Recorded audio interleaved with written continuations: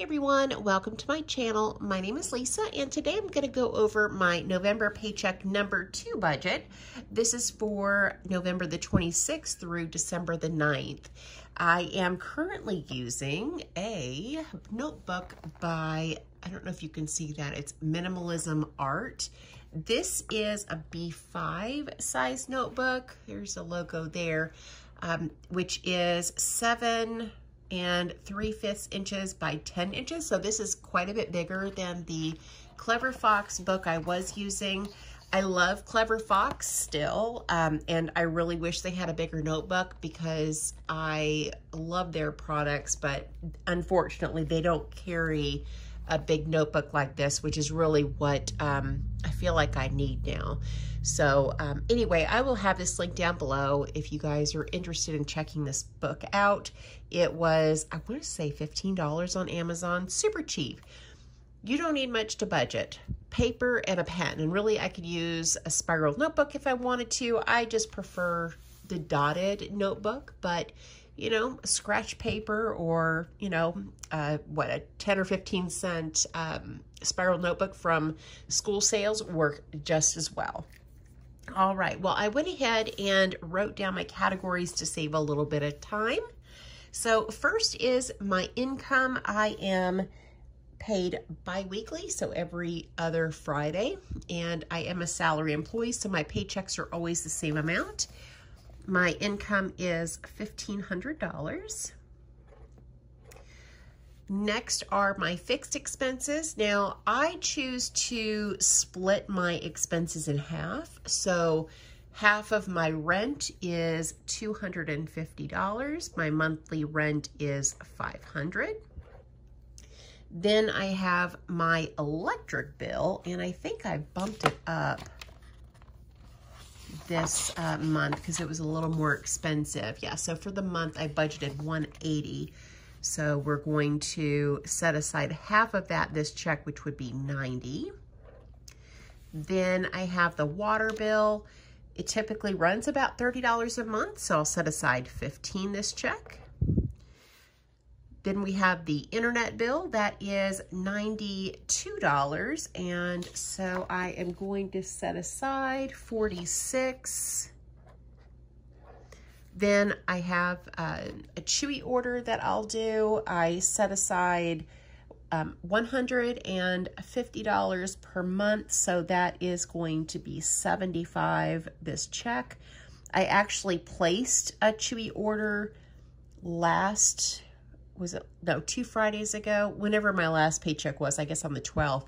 And I stocked up on some wet food for the fur babies, and I noticed that what they usually eat, Chewy was out of stock. And so I know that I've heard kind of whispers about food shortages for pet food, and I definitely have enough dry food. Wet food, not so much. So I'll probably stock up on wet food again this time. Next is my gym membership, and the gym membership is $26 per month. So I'm going to set aside $13 this check. Our Apple bill runs, what was it? $26 a month. And so I'll set aside $13 this check. Then I have Netflix. Netflix is $14 a month. I'm going to set aside $7. Hulu is also $14 a month. It includes Disney. It's the bundle.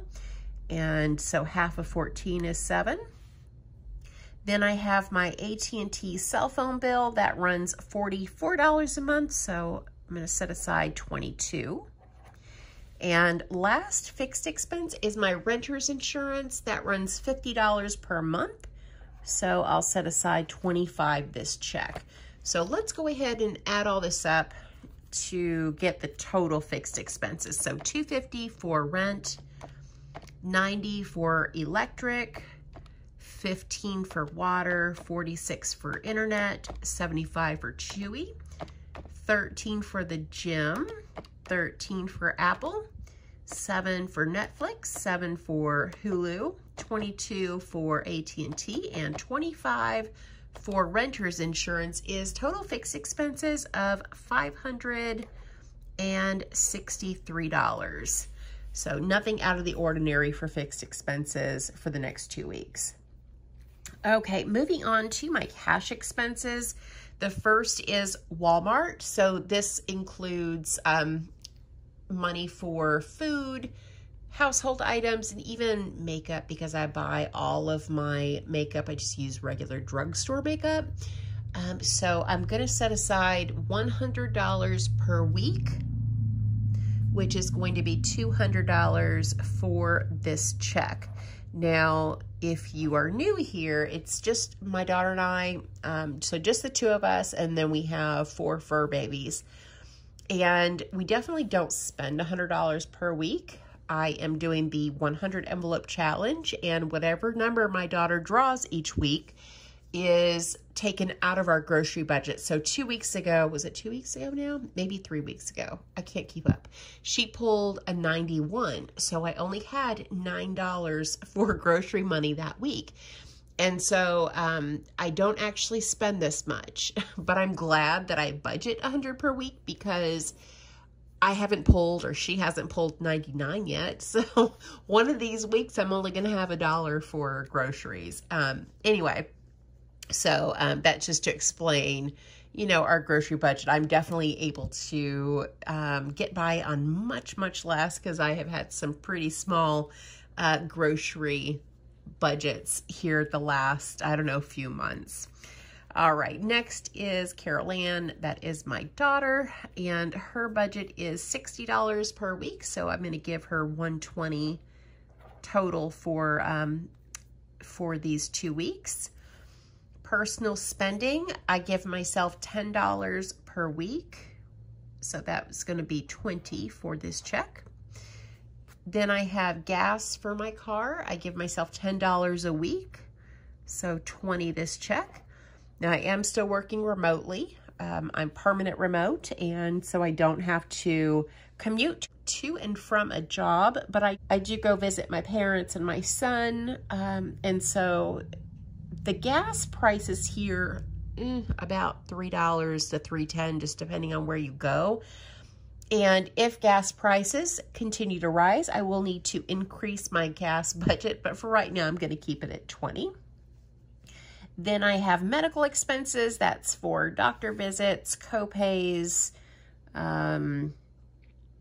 medications, all that kind of good stuff. I budget $10 per week, so that is $20 for this check. So my cash expenses, let's total that up. We've got $200 for Walmart, $120 for Carol Ann, $20 for spending, $20 for gas, and $20 for medical is $380. And yes, I could do it in my head and add it, but I like to double check to make sure it's right. So $380 for cash expenses. Next are my sinking funds. So these are like my little mini savings accounts. I have categories that I particularly need or want to save for. Everybody's sinking funds are going to look a little bit different. These are the categories that are important to me and make me feel secure financially to have money saved. And so if you don't yet have any sinking funds, start small. It took me a while to build up to this many. If you looked at my videos from earlier, like first of the year, I think I only had Christmas. I had maybe 2 sinking funds, but very, very few. And then I've just slowly kind of added them back because I became debt-free December 11th of last year. And so slowly I've been adding these back, but I definitely didn't start out with this many, just so that you know. All right, first sinking fund is Christmas. I budget $25 per week, which is going to be $50 for this check. Now, I am done with my Christmas shopping, but my daughter is not. And so the money that I'm setting aside, I'm going to give to her so that she can finish up her Christmas shopping. Fur babies, that is for any vet visits that they might have. I am going to set aside $25 per week, so $50 this check. Car maintenance is also $25 per week, $50 this check. Car insurance, I set aside $16 per week, so $32. Then I have gifts. I am going to budget $10 per week, so that's going to be $20 this check. Then we have the trash bill. I budget $8 per week, which is $16 for this check, so it is paid quarterly. Then I have my clothes budget or sinking fund. I am going to set aside $5 per week, so that's $10 this check. Taxes, tags, all that kind of good stuff for my card, that gets $5 per week, so that is $10 this check. Amazon, also $5 per week, so $10 this check. Beauty, also $5 per week, so $10 this check. Okay, last but certainly not least is my P.O. box. I'm going to set aside $4 a week, so $8 for this check. So let's go ahead and add these up. So $50 for Christmas, $50 for babies, $50 for maintenance, $32 for car insurance, $20 for gifts, $16 for trash, $10 for clothes, $10 for tags, $10 for Amazon, $10 for beauty, and $8 for P.O. box is a total of $266. Now let's go ahead and take my income, subtract my fixed expenses, my cash expenses, and my sinking funds, and figure out what my savings is going to be this check. So we've got $1,500 in income minus $563 minus $380 minus $266 is total savings of $291, which is not too bad. That is everything for this video, guys. Again, this is November paycheck number 2 budget. Thank you so much for watching. Thank you for supporting my channel, and I hope you guys have a great day or night wherever you're at. Bye.